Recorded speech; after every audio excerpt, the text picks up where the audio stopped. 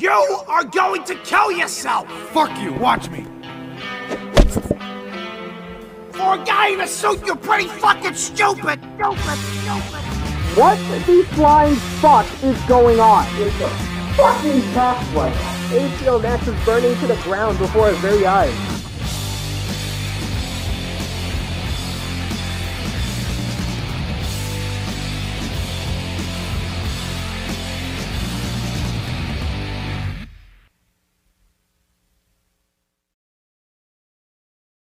Warner Bros. Discovery was a complete mess. Now look, you probably heard about this situation from some of these numerous creators, and with HBO Max, the streaming service that has a lot of Warner media, has been ruined because of Discovery. You could say, that is the stench of Discovery! But why is it apparently? How is Warner Bros. Discovery some kind of legend that destroys businesses as fast as possible, especially removing shows off from HBO Max, canceling some shows, or even a tax write-off? Well, all of this and more will be explained in this video. Since this shit was going on for several months, here's a video about it. And if WBD do some awful things in the future, well, you know what I'm doing. Hey, cutie. I got plenty of articles and plenty of tweets about WBD's history, so sit back and relax on whatever device you're watching, because let's dive into Warner Bros. Discovery and their corporate tomfuckery.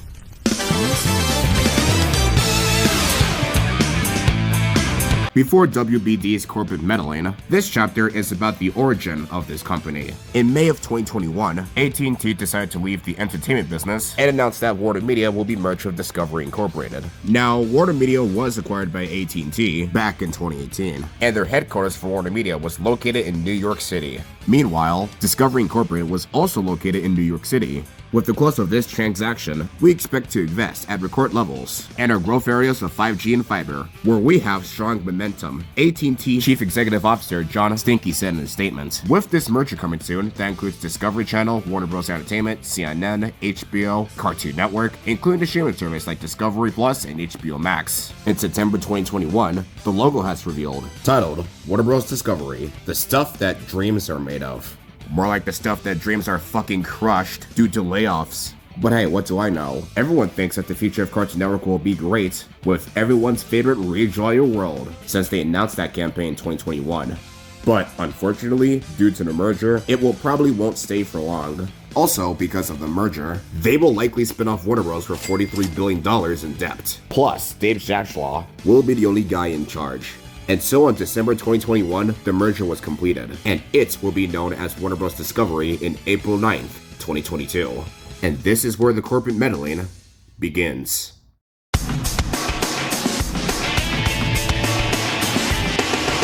With the complete merge to WBD, this is where the layoffs comes in. Take Tom Aschheim, for example. You probably know him since he's the guy who did Noggin back in the late 90s and early 2000s. And in 2020, Tom Aschheim became the president of Cartoon Network. And Tom decided to expand their demographic for CN. Things were getting semi-good for Tom for 2 years, until 2022. In May, Warner Bros. Discovery fired Tom Aschheim. This fucking sucks to everybody who saw this announcement about the poor guy being fired. As for their current president for Cartoon Network, it's been reverted back to Michael Oline. More on him later. HBO Max has a bunch of their staff. So what did Warner Discovery did to their staff? They fucking laid them off. 70% of them. And since this happened, HBO Max is not doing scripted shows anymore. But wait, there's more. They fired Karen, they shut down CNN Plus, and now CNN is getting laid off. Some of their animated projects, which we will get to there later, has also been laid off. And now, here comes the bigger layoff that breaks the camel's already broken back. Nearly 80 or 82 people, if you're weird, has been laid off, which is the scripted, unscripted, and animated divisions. Which means 125 people has been fired at Warner Discovery. That's just sad. What makes it more sad is that Warner Bros. Discovery has lost $2.39 billion in the market cap since Friday afternoon. Is it horrible? Yes, it does. And that's why people are boycotting WBD. They hate this corporation, and Zaslav is a clown. In August, their stock market has been plummeted. Hell, they're still plummeting to this day at the time I'm recording this. Oh, and meanwhile for AT&T, their stock price was solid, with their chart being so higher than WBD. Now that's fucking great. DC Comics is also facing some layoffs as well. The only movie that could save DC Comics is Dwayne "The Rock" Johnson from Black Adam. So, with this movie being released, did the movie did well and save DC? Well, the movie has grossed $67 million and $140 million worldwide. The movie did help with the box office for $100 million, and then grossed $113 million. I just can't forget the estimates for the movie that cost $62 million before the weekend. And they cost an estimated $195 million, and also it hit $291 million at the box office. So I guess this movie kinda saved DC, even if the movie was a bit mixed. But then of course, Dwayne Johnson unfollows Warner Bros. And his own movie. So yeah, welcome to the live action industry. And speaking of industry, I'm done talking about the layoffs. But WBD got some sus going on, which is why we're moving on to the next chapter.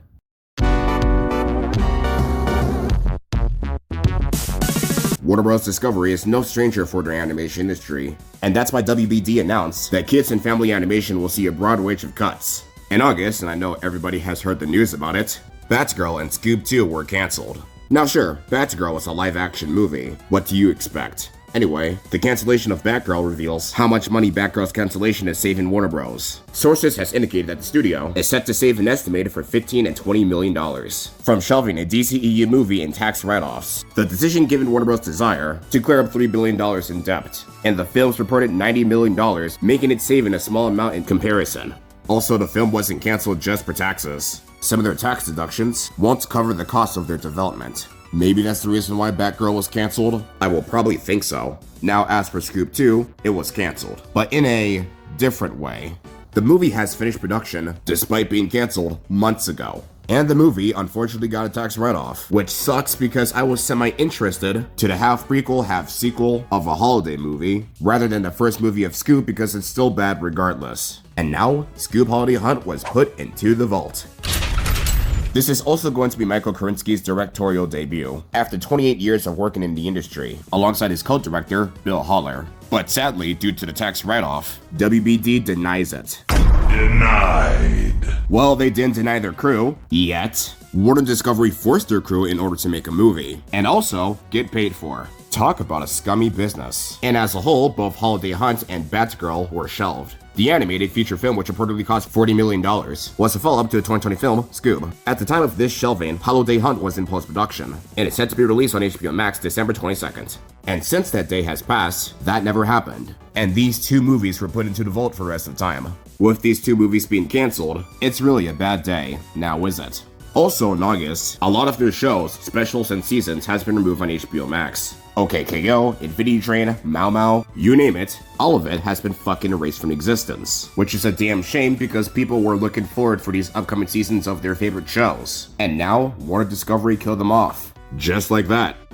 Luckily, Victor and Valentino and Summer Camp Island will continue to air new episodes in the future despite being removed on HBO Max. Victor and Valentino has aired the rest of their 12 episodes on Cartoon Network, and after that, it died a horrible death. Meanwhile, for Summer Camp Island, Season 5 will debut on Cartoon Network in 2023. Julia Plott has tweeted out this: "We worked 5 years to make 100 episodes of animation. We work into the night, we let ourselves go. We are a family of hardworking artists who wanted to make something beautiful, and HBO Max just pulled them off like we are nothing. Animation is not nothing. And we worked through the pandemic to make 20 linear episodes that are our most beautiful work yet. I cannot wait for you to see them. You will see them. I will not rest." And as for the other shows being removed on HBO Max, all of the creators have spoken out about this situation on Twitter.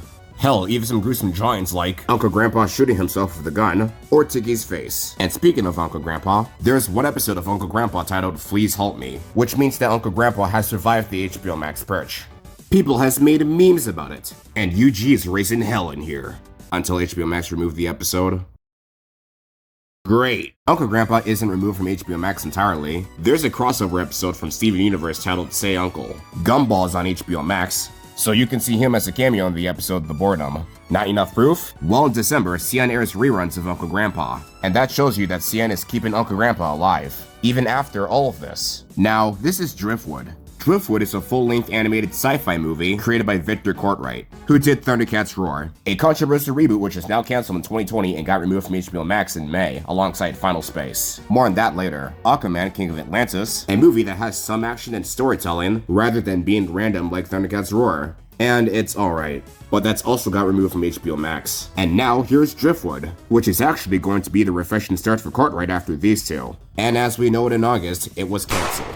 Warner Discovery canceled Driftwood during mid-production. And it also sucks because I want that movie to succeed. But that's not happening because of Discovery, now is it? But don't look now, these 6 projects are not moving forward at HBO Max, which is the Gumball movie, Merry Little Batman, 2 Looney Tunes movies, a Steve Urkel story, and Batman Capes Crusader. All 6 of them are not moving forward at HBO Max, but these 6 projects can be streamed on other platforms, mainly Netflix. Just because the 6 projects are no longer moving forward at HBO Max, that doesn't mean they're cancelled. And now it seems like Bye Bye Bunny has been laid off. I already mentioned this in my Layoffs chapter, but after the tragedy which is the layoffs, I'm happy that this project is still alive despite the layoffs. But the same cannot be said of Tuca and Birdie. As you could see, Dave Zaslav announced $3 billion in budget cuts. Longtime actors who fought for shows like Tuca were laid off, and as we know it, the show is cancelled. So, Craig of the Creek. Everybody likes Craig of the Creek. It's one of the most successful shows on Cartoon Network, beating Teen Titans Go, but that show is still popular. And that now cancelled shitty prequel series. Craig of the Creek was Cartoon Network's king at that time. But oh no, Discovery is going to nuke the show. Yep, this shit happens. The 5th season of Craig of the Creek and their spin-off, Jessica's Little Big World, were cut in half. Also, according to this, the workers who work on these 2 shows has been laid off, despite Craig being a very successful series. And later on in December, they announced that the show is going to end. Now, this is the result of, surprise surprise, Warner Bros. Discovery. It's very heartbreaking to hear, but at least Craig has a rocky run with 5 seasons, a spin-off, and a movie. Now, remember that I said that Final Space got removed from HBO Max alongside Thundercats Roar, and I haven't brought this up, J.J. Villard's Fairy Tales? Well, it's practically the fact that these 3 has a tax write-off. Well, 5 if you count Dream Corp LLC and Beef House. But these 2 were, again, live action. Sadly, it's been confirmed. Final Space got a tax write-off at Warner Bros. Discovery. Now, this tax write-off marks the final nail in the coffin, and it fucking hurts the creator's heart. It really is, and hey, would you look at that, now they're moving DC animated shows on HBO Max. All 4 of them. What a shame. And I really can't forget about Clarence getting removed from HBO Max. That is before Clarence is back on HBO Max shortly after. Owen Dennis has came out with an article about what's going on with HBO Max. In this article, Cartoon Network warned them not to do this, as it will hurt relationships with creators and talent. But clearly, WBD doesn't care about it. With Mau Mau being removed on HBO Max, there's one tweet about the future of the show. This guy put out a private chat about the fate of Mau Mau.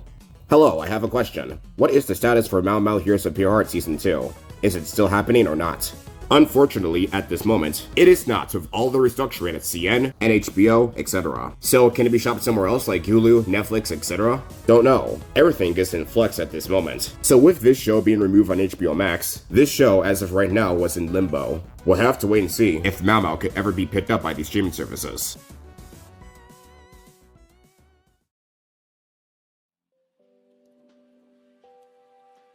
There's some stuff that I'm left out in the video, such as HBO Max would be merging with Discovery Plus, or the creator who did Final Space throws shade at Warner Bros. Discovery, and some smaller shit that Warner Bros. Discovery has did. But you know, with all of this, I'm glad that WBD got sued, not once, but twice. Anyway, since I'm done with that, the next 3 chapters are going to be shorter than usual. No pressure or anything, so let's go.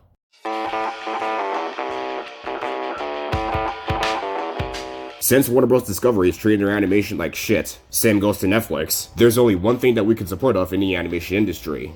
Independent animation. If you're working on an independent IP, your project will surely shine without being reliant on corporations all the time. And that gives you the ability to craft stuff if you wanted. With your crew, of course. Monkey Ranch is awesome. Plus with that gorgeous, fantastic animation here, it's great as fuck. Hell of a Boss was also solid, and seeing how popular this show is really makes this show good. Hazbin Hotel was great as well, with their pilot debuted in 2019. And as of that, the show is getting picked up by A24, and it will debut in the summer of 2023. Long Gone Gulch in Santina was also fantastic regardless. And I also can't forget about all of these that really shape up indie animation and also put their mind and soul on what they have to create. There's a lot of tweets about supporting indie animation, which I can't squeeze it all in, except for this one. And at the end of the day, I truly believe that indie animation is a masterpiece.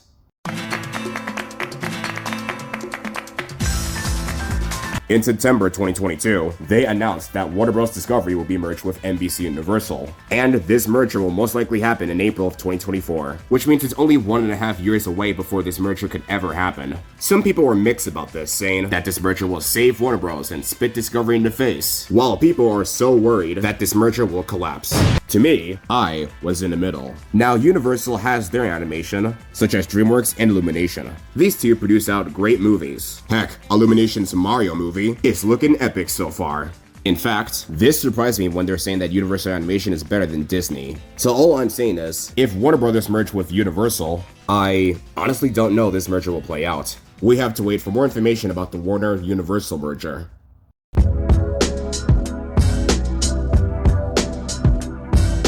As you could imagine, after the layoffs and the chaos of animation, people have speculated that Warner Bros. Animation and Cartoon Network Studios will now merge, especially that this will be the end of the studio and the end of the network. Which leads me to my one final question. Is this the end of Cartoon Network? No.